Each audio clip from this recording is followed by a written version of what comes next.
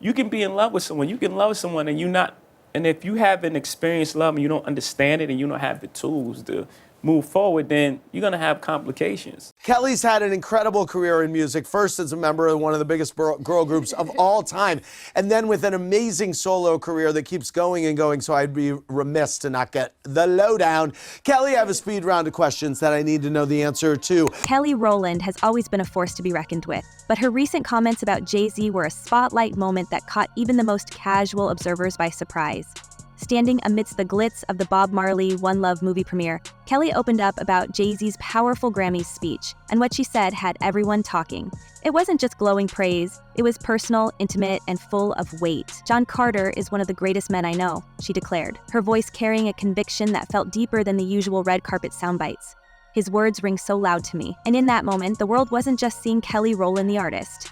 They were hearing from Kelly Rowland, the woman who's lived through the intense highs and lows of her industry, who's seen things most of us never will, and who seems to know more about the man behind the mogul than she's letting on. Celebrity couple, we were never a celebrity couple. We were a couple who just happened to be celebrities.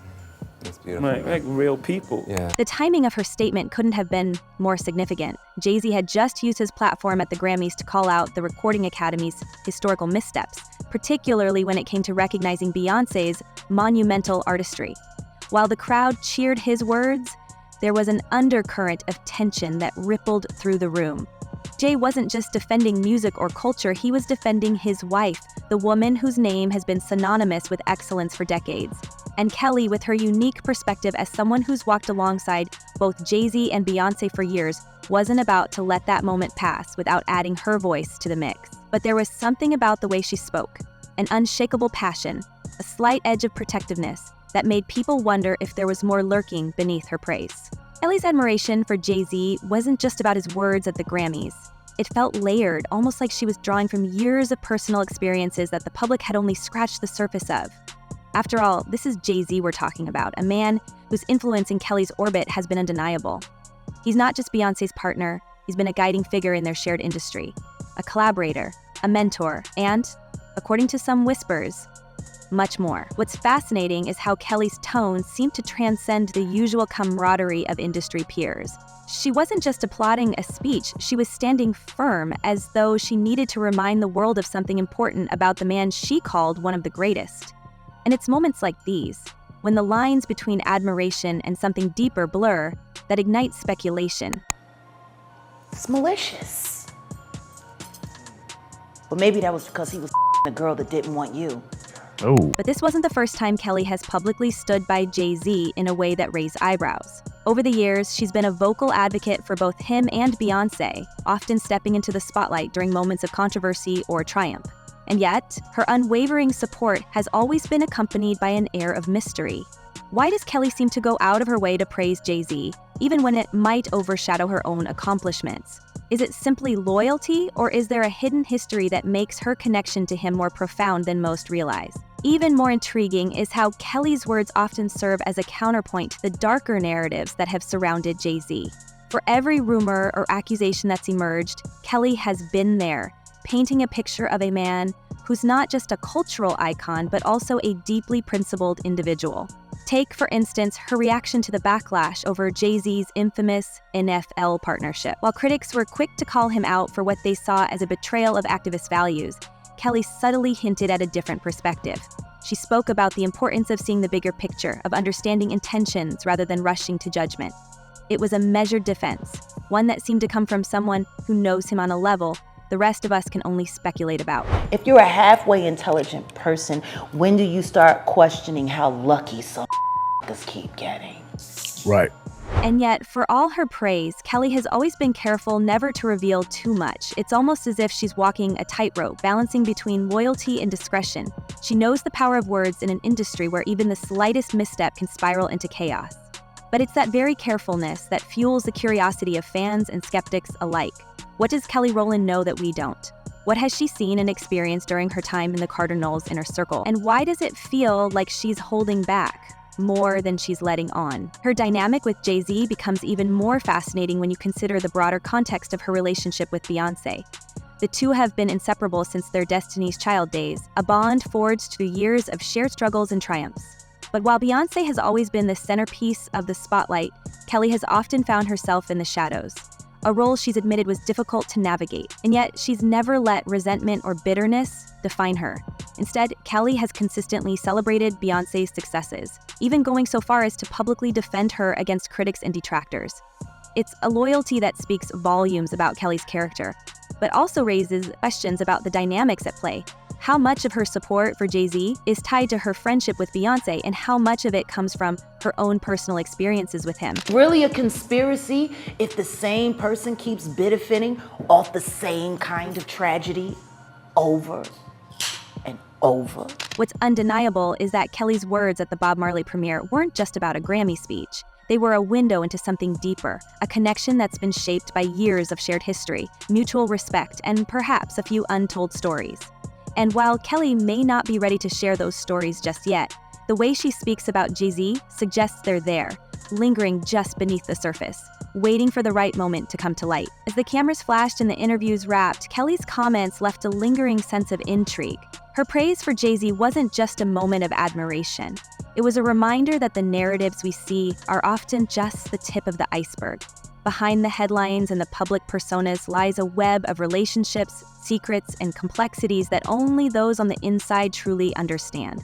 And if Kelly's words are anything to go by, there's much more to this story than meets the eye. But here's where things get murkier. Because as much as Kelly's loyalty to Jay-Z and Beyoncé seems unshakable, the cracks in the narrative start to show when you dig a little deeper. Let's talk about that infamous dinner that left Kelly Rowland in tears. This wasn't just any dinner. It was an intimate gathering with Beyoncé, Jay-Z, and Solange, reportedly celebrating Kelly's 31st birthday. And sure, on the surface, it sounds like a heartwarming moment between close friends. But the aftermath told a completely different story.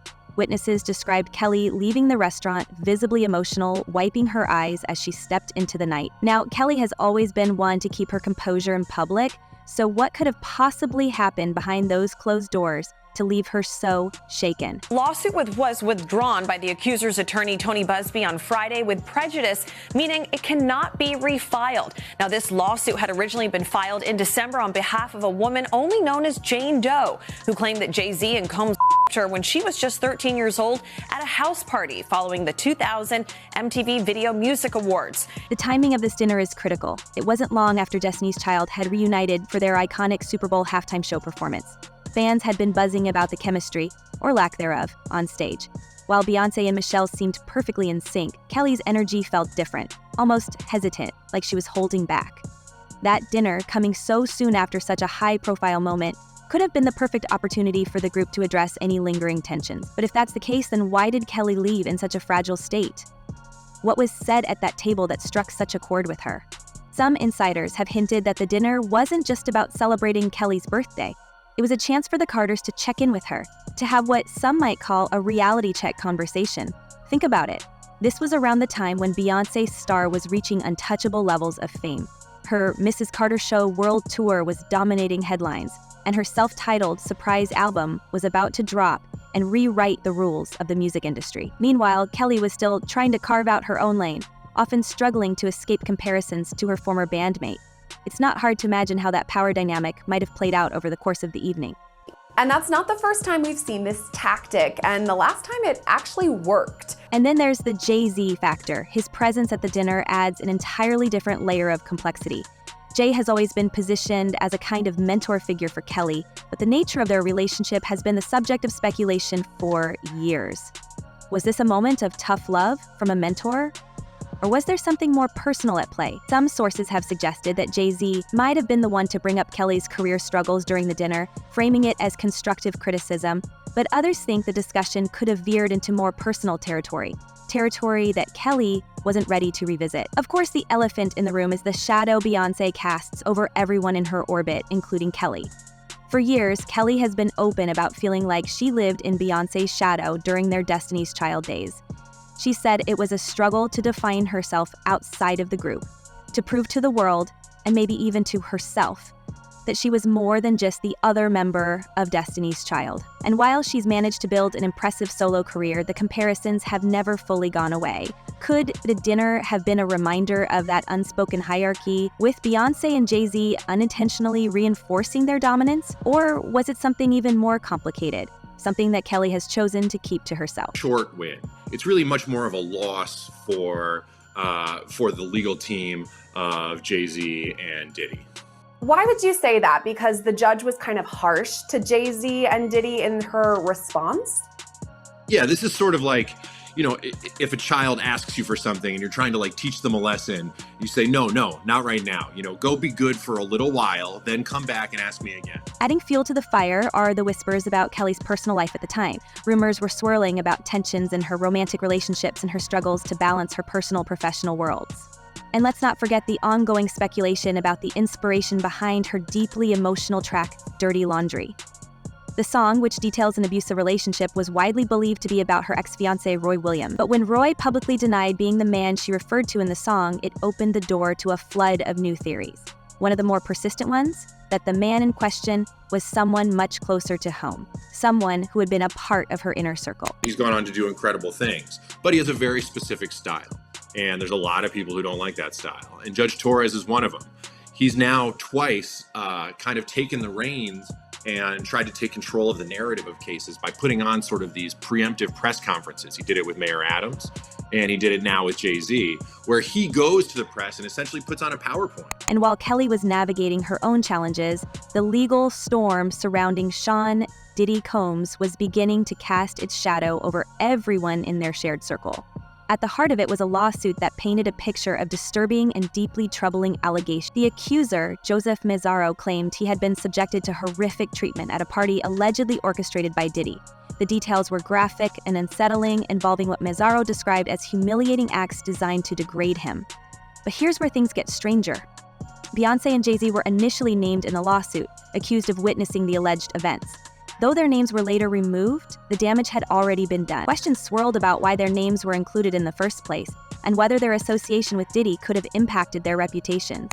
Alex Spiro doing the exact opposite thing to help his client, but the judge really didn't like it. And so all of that is to say that this ruling to me is specifically directed at Alex Spiro, saying, I don't like what you're doing. I don't like all the motions you're filing. I don't like how you're going about handling this case. And if you continue to do it, you're not the only one who's got some tricks up their sleeve. I can also do things to make this process more difficult. What's even more curious is how quickly Jay-Z's legal team moved to distance him and Beyoncé from the lawsuit. Their lawyers reportedly provided evidence proving the couple wasn't even in Miami at the time of the alleged incident. But the timing of this revelation raised eyebrows. Why did it take a public filing for them to address something so serious?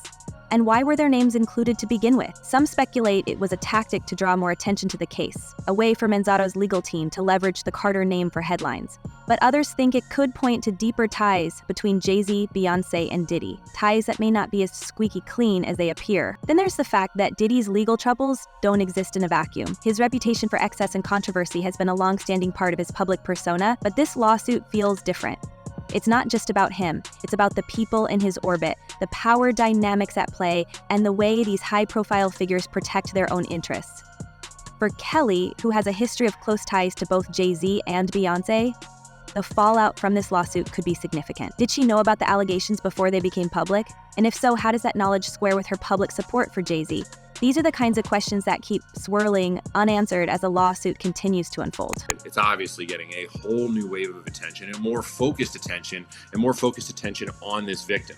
So I think it's going to be tied to the media cycle, if I had to guess, and how these rulings continue. And they have this celebrity name that is sort of waiting to take over the headlines when they choose to release it.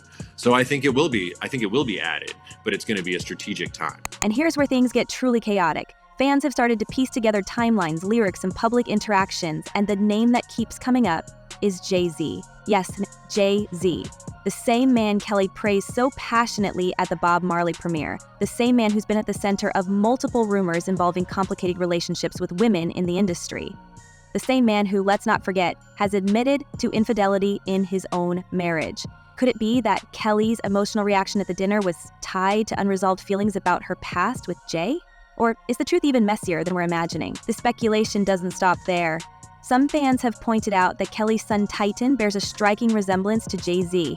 Side-by-side comparisons have been circulating online for years, with comments ranging from curious observations to outright accusations. And while Kelly has never addressed these rumors directly, her silence has only added to the intrigue. Could this be the reason why Kelly has always been so fiercely protective of Jay-Z? Even when it might not serve her own interest, is there a deeper connection between them that the public has only begun to unravel? With you, this was a troubling allegation because, first off, there were inconsistencies with her story, and it was a very serious allegation. And for instance, she said that her father picked her up from Rochester, New York to New York City, 5-hour drive, and then drove her home that night. But the father did not remember any of it. That's something you would definitely remember. And she also said there were other celebrities she spoke to at the party. Those celebrities were not even. And let's not forget the viral moment between Kelly and Jay-Z at the premiere of The Harder They Fall. His reaction to seeing her lighting up, embracing her with an intensity that felt almost too familiar, set the internet ablaze. It was a moment that seemed to confirm what many had suspected for years, that there's an undeniable chemistry between them, one that can't be easily explained away. Kelly's response to the viral frenzy was dismissive, almost deflective, as if she didn't want to feed into the narrative. But the public isn't so easily swayed. If anything, her reluctance to address the rumors has only made people dig deeper. So what are we really looking at here? Is this just a case of long-standing friendships being misconstrued by an overzealous public? Or is there something much more complex, something that involves power dynamics, unspoken truths, and relationships that defy traditional labels? Kelly Rowland has always been a master of keeping her private life private, but in doing so, she's left just enough room for speculation to run wild. And with every new interaction, every cryptic comment, and every emotional moment, the questions only grow louder. What do you think? Is Kelly's connection to Jay-Z purely platonic, or is there more to the story than meets the eye? And what happened at that dinner that left her so visibly shaken? Let us know your thoughts down below, and stay tuned, because this story is far from over.